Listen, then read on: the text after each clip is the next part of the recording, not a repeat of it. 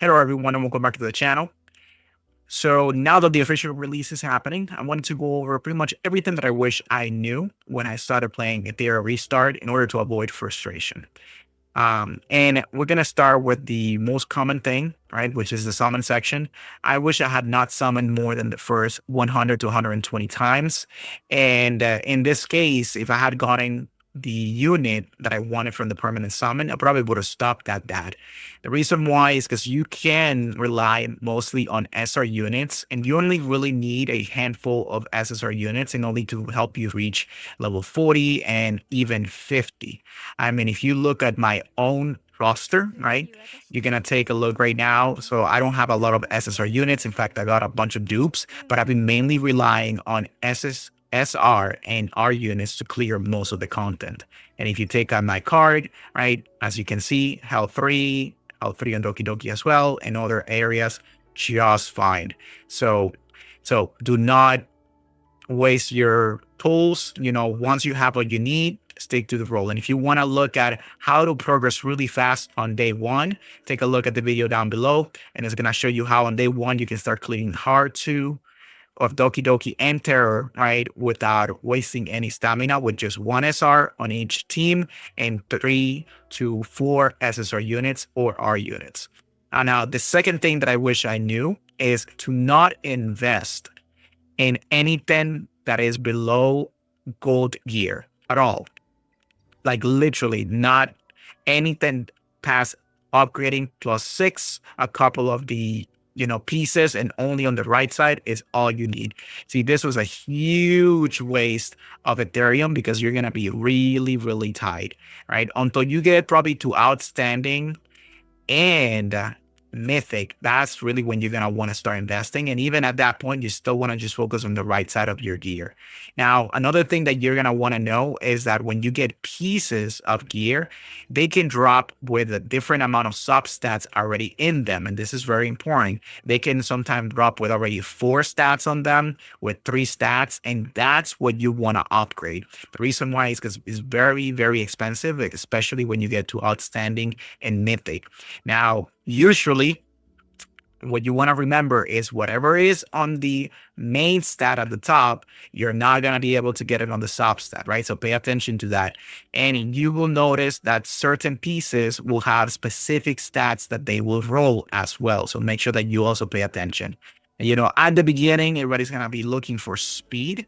And usually what you want to do is if you roll for speed and you get to upgrade 6 and the speed has been already rolled, very likely you're not going to get it. So you might not want to continue upgrading that piece, right? So now the other thing too is that things will change like very rapidly, and not speed is not going to be the number one for everything. So don't overspend building speed sets. Do not do that. Alrighty. The third thing that I wish I had known is the importance of shell from the beginning. They can make and break stuff like very quickly, in the sense that they can help you progress so fast, and they can also make you broke in terms of what you need for them. So you're not going to want to be farming the wrong stages. So for example, at the beginning, you're going to farm this stage on hard in order to get 2 to 3 of these pet right here in order to add it to your supporters and your debuffers, right? Control manipulation is going to be king, especially at the beginning when you're super squishy. And then the cat right here is going to be for your DPS. You're going to probably use this until you hit probably like level 20, level 25. They would do just fine.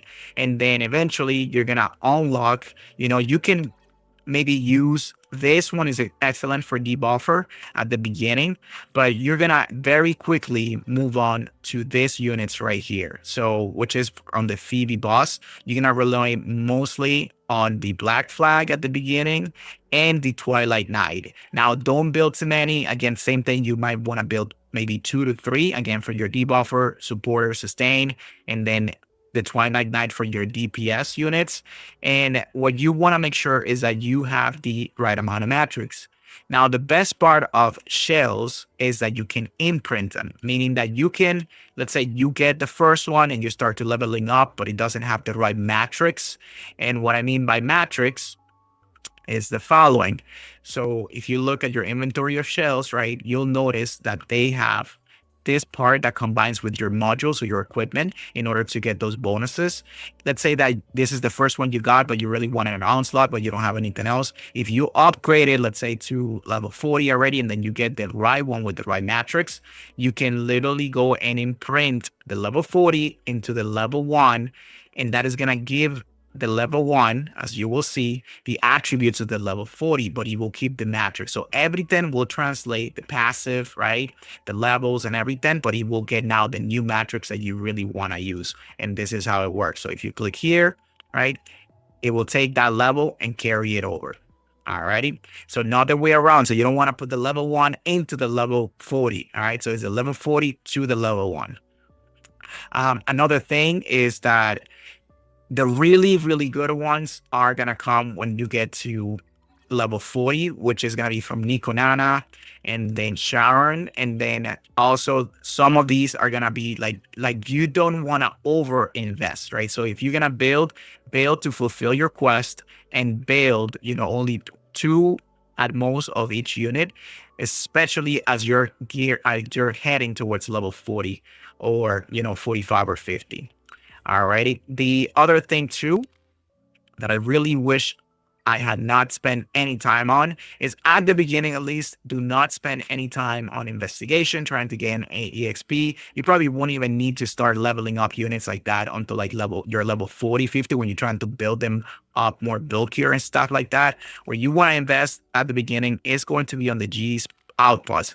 But there is the thing. There is going to be double EXP, double drops for all of these right here a couple of days in, which is an event that is going to take place. Now that's going to take me to the next part. Make sure that you're only at the beginning using your hydro crystals to refill till you get to like level 40, and then only use your stamina refill bottles, whatever these are called, when there is the double event going on for EXP. For the gear, there is going to be double draw for gear as well, right? And for the GP output, mainly you're going to want to use it on the gear because this is the thing that you're going to grind the most for. But remember that usually that event should come in a couple of days into the week, right? So make sure that you're saving these and only using your refills for this right here. The next thing is going to be making sure that you're optimizing and keeping up with your stamina usage in the right places. Honestly, again, the only places that you should be spending it is going to be on gear and then the right spots for pets. That's it, which in my opinion are going to be right here at the beginning. And then eventually you're going to do a couple of runs here and here again to just get maybe one of this one and upgrade it, and then get maybe one of this one right here and then this one, and that's about it. And then everything else should be on Phoebe, right? Until you get 2 or 3 of these ones. And then you're going to farm Nikonana probably a little bit. And then some of these ones right here until you eventually make your way to the top 2. Then let's take a look at the other part too that a lot of people don't follow through, is with the events and the hyperlink. You want to build your Lian. You do not want to reset her, right? You want to make sure that you build her. She's going to be a DPS for you for a very long time, for a lot of content. And again, she's free and she's going to be the quickest one to build as well. So do not reset her. Make sure that you go through all the missions. And if you notice, when you're building stuff like equipment, only build the good pieces based on the quest as well, right? Don't just do level whatever, essentially. So when it comes to the same thing for the quest of the shells, follow the commission, follow the model modification. And whenever you're upgrading a character, make sure that you go, for example, character skill, make sure that you go to your achievements, as you can get a lot of the GP outputs for skill upgrade right from here as well. So now that takes me back to the characters themselves. So a lot of things that people are going to miss out on before you start building a character and their equipment. Make sure that you look at their skill and what they're getting from upgrading the skill, right? So for example, with Gray, right? That's going to be one of the first units that you're going to build essentially. Where's my Gray? right here. So he relies on crate, but you don't need 100 crate on gray from equipment. Why? Because if you notice, as you upgrade his other skills, you're gonna get crit rate right from here as well. So make sure that you account for these things. So like on this one skill alone, right, you're getting an extra 4% crit rate up, and then 8 to 12% total. And a way that you can tell, by the way, that this is happening, always look at the archive and how they are maxed out. So if you go to the archive, right, and you go to gray, see how it says plus 12? That means that one of his skills, that by you upgrading it, is going to give you these extra stats.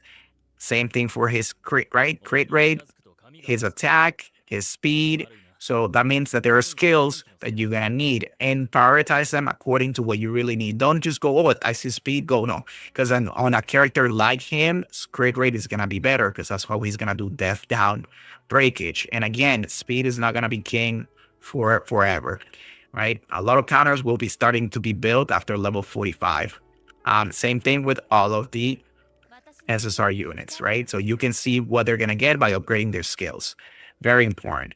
Another thing that you want to do, right? So see how the matrix archive. So pay attention to these because it's very easily to think that you are upgrading one, and trust me, they all look very similar.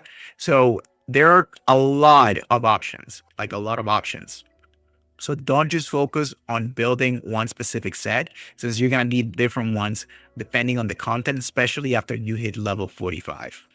The other part too is make sure that on day one, immediately, the moment that the union opens up, you join it. Like, do not slip on this. Like immediately, do your runs. Make sure that you pay attention to your weekly and your dailies. And talking about weeklies and dailies, so if you go to your quest for weekly and dailies here, make sure you complete them all, as you're gonna get not only crystals, but you're also gonna get stamina from here. So and stamina that you can save up in the form of the bottles, right? So very important. And then when you look at arena, so here's the biggest part. So do not stress on arena. So you're gonna be able to literally beat this, especially at the beginning, by focusing on your team. Don't build around PvP, build around beating the content within the PvE, and that will enable you to get the gear that you need a lot faster. So focus on this. Alrighty.